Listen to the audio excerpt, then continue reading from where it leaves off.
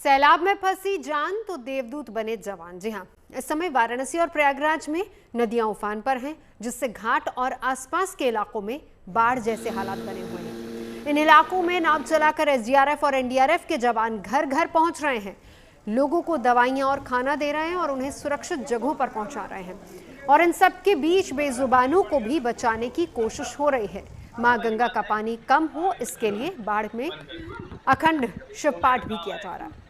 प्रयागराज और वाराणसी से देखिए हमारी एक्सक्लूसिव रिपोर्ट।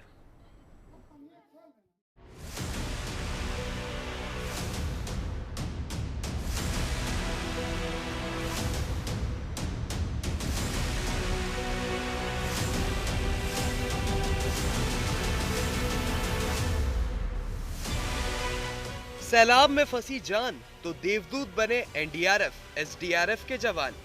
तस्वीरें संगम नगरी प्रयागराज की हैं, जहां गंगा यमुना में सैलाब की वजह से आसपास के इलाकों में बाढ़ आ गई है। मुसीबत की इस घड़ी में स्थानीय प्रशासन के साथ एनडीआरएफ, एसडीआरएफ की टीम लोगों को बचाने में जुटी है।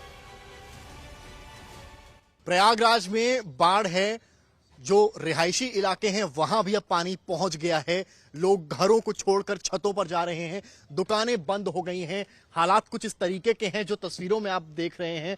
अपना अपना सामान लेकर कमर के नीचे तक पानी, तो वहीं ऊपर लोग खड़े बालकनी में या अपनी छतों पर खड़े हैं और इंतजार कर रहे हैं, या अपने घर की रक्षा के लिए एक व्यक्ति अपने घर में ही रुकना प्रेफर कर रहा है। जिस तरह की तस्वीरें हैं, आप केवल ये समझिए, ये जो बिजली के खतरनाक जो टावर्स लगे हैं, इनमें भी करंट के होने की कितनी संभावना ऐसी सिचुएशन में होती है। और ऐसे में हम इस वक्त जहां मौजूद हैं वो एक एसडीआरएफ की बोट है, और एसडीआरएफ के ये जवान देवदूत से कम नहीं है, जो इस कठिन हालात में प्रयागराज वासियों के लिए पहुंचे हुए हैं। ऊपर आप देखिए, तमाम महिलाएं भी आपको नजर आएंगी, जो कहीं ना कहीं ये समझ रही हैं, सोच रही हैं कि पानी कब घटे और कब ये अपने घरों से बाहर निकलें। ये छतों पर खड़े हैं और आगे आप केवल देखिए वाटर लेवल कितना खतरनाक है।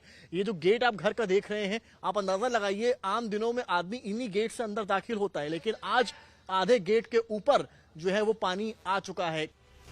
प्रयागराज के कई मोहल्लों में बाढ़ का पानी इतना बढ़ गया है कि बहुत से लोगों को घरों के ऊपरी मंजिलों पर पनाह लेनी पड़ रही है। ऐसे में हालात ये हैं कि एनडीआरएफ, एसडीआरएफ की टीमें सीढ़ियों के सहारे उन्हें अपनी नावों पर ला रहे हैं और सुरक्षित जगहों पर पहुंचा रहे हैं। काफी लोग फंसे हुए थे, जिनको हम धीरे धीरे करके निकाल रहे हैं। लगातार रेस्क्यू कार्य 2-3 दिनों से चालू है, और सभी को ये भी बताया जा रहा है साथ ही साथ कि आप लोग ज्यादा से ज्यादा, पानी हो सकता है अभी और बढ़ जाए तो या तो ऊपर रहिए या तो अभी यहाँ से निकल जाइए, बाहर निकल जाइए, जिससे कि आप सेफ रहें। बाकी हम लोग यहाँ बाहर निकलने की भी कवायद है, और जो लोकल बोट्स हैं वो भी पीछे, उनका भी संचालन हो रहा है, जिससे कि किसी आवागमन में किसी को दिक्कत ना हो। सरकार दावा कर रही है कि एसडीआरएफ, एनडीआरएफ के अलावा कई ऐसे बोट्स भी हैं जिन्हें लोकल तौर पर यहाँ लगाया गया। राहत और बचाव में जुटे जवान अपनी नाव से लोगों को बचा रहे हैं और घरों में दवाइयां और खाने का सामान भी पहुंचा रहे हैं।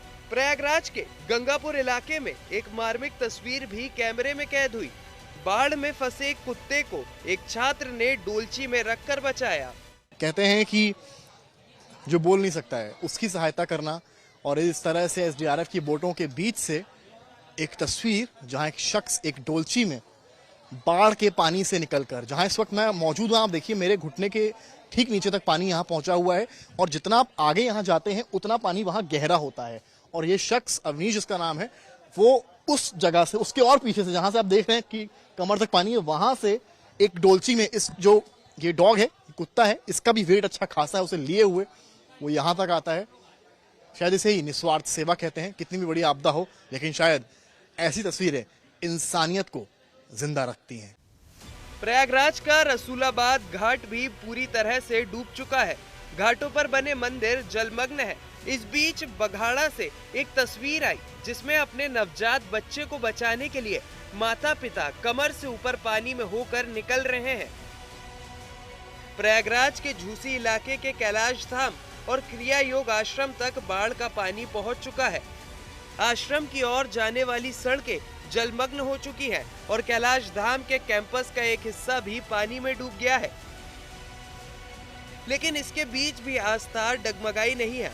बाढ़ की भयावता को शांत करने और लोगों की रक्षा के लिए कैलाश धाम में अखंड शिव पाठ का आयोजन किया गया है।